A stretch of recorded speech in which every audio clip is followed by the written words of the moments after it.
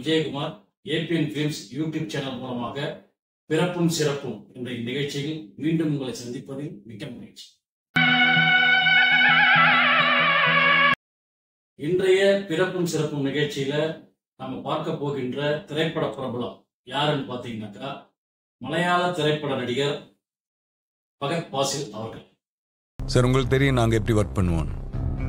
எதுக்கு இன்னொரு தடவை சொல்கிறேன், ரூல்ஸ் அண்ட் ரெகுலேஷன்ஸ் எங்களுக்கு இல்லை, உங்களுக்கு இருந்தா மீறப்படும். பகத் பாசில் அப்படின்னாலே ஒரு வித்தியாசமான கதாபாத்திரத்தை சரியான முறையிலே நடித்து கொடுக்கும் ஒரு நடிகர் என்பது அனைவருக்கும் ஞாபகம். இவர் 1982ஆம் வருடம் கேரளாவில் உள்ள ஆழப்புழாவில் ஆகஸ்ட் மாதம் 8ஆம் தேதி திரைப்பட இயக்குனர் பாசிலுக்கும் அவருடைய மனைவி ரோசினாவிற்கும் மகனாக பிறந்தவர். இவருக்கு 2 சகோதரிகள் இருக்கிறார்கள், ஒரு சகோதரர் இருக்கிறார். அவருடைய சகோதரரும் ஒரு நடிகர் தான். இவருடைய தந்தை பாசிலுடைய இயக்கத்தில் ஒரு காதல் படம் கையேந்தும் தூரம் அப்படிங்கிற ஒரு மலையாள படத்தில் தான் கதாநாயகனாக இவர் தமிழ் திரைத்துறையிலே இறங்கினார். ஆனால் அந்த முதல் படம் பெரும் தோல்வியை கண்டது. அதனால் அவருடைய இயக்குனரான பாசிலை மலையாள திரைப்பட ரசிகர்களில் இருந்து மலையாள திரைப்படத்தை அனைவருமே தவறாக பேசத் தொடங்கினார்கள். அப்போ பாசில் அவர்கள் என்ன பேசுறாருன்னா, பகத் பாசில், இந்த படத்தின் தோல்விக்கு என் அப்பா காரணம் இல்லை, நான் தான் காரணம்.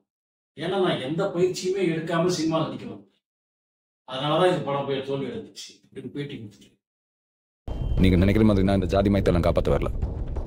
என் அப்பாவை மாதிரி எனக்குன்னு உருவாக்கி அதை என் பிள்ளைக்கு பத்திரமா கொடுத்துட்டு போனோம், அவ்வளவுதான்.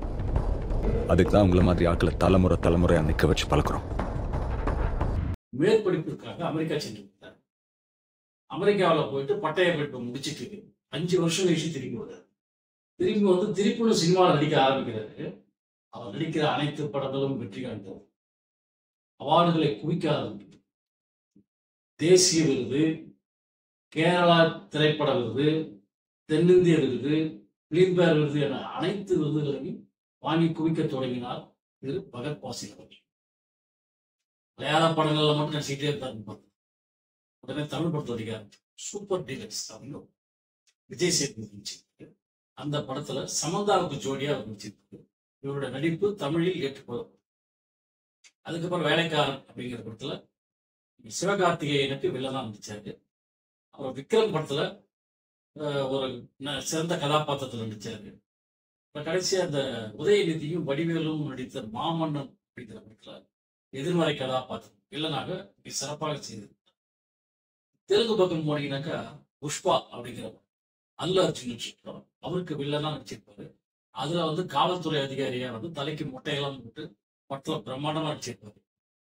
இப்படி தமிழ், தெலுங்கு, கன்னடம், மலையாளம், இந்தி என்ற அனைத்து மொழிகளிலுமே சிறப்பான முறையிலே தன்னுடைய நடிப்பை வெளிப்படுத்தியவர் திரு பகத் பாசில் அவர். படுதோல்வியை கண்டாலும் 5 வருடங்கள் இடைவேளைக்கு பிறகு மீண்டும் திரைத்துறைக்கு தன் நடிப்பால் சாதனை படைத்து அனைத்து மொழி ரசிகர்களையும் கவர்ந்தவர் தான் திரு பகத் பாசில் அவர்கள். பகத் பாசில் அவர்கள் பிறந்த இந்த ஆகஸ்ட் மாதம் 8ஆம் தேதியை ஒரு சிறந்த நடிகர் தினமாக கொண்டாடுவோம் என்று கூறி விடைபெறுகிறேன். நன்றி, வணக்கம்.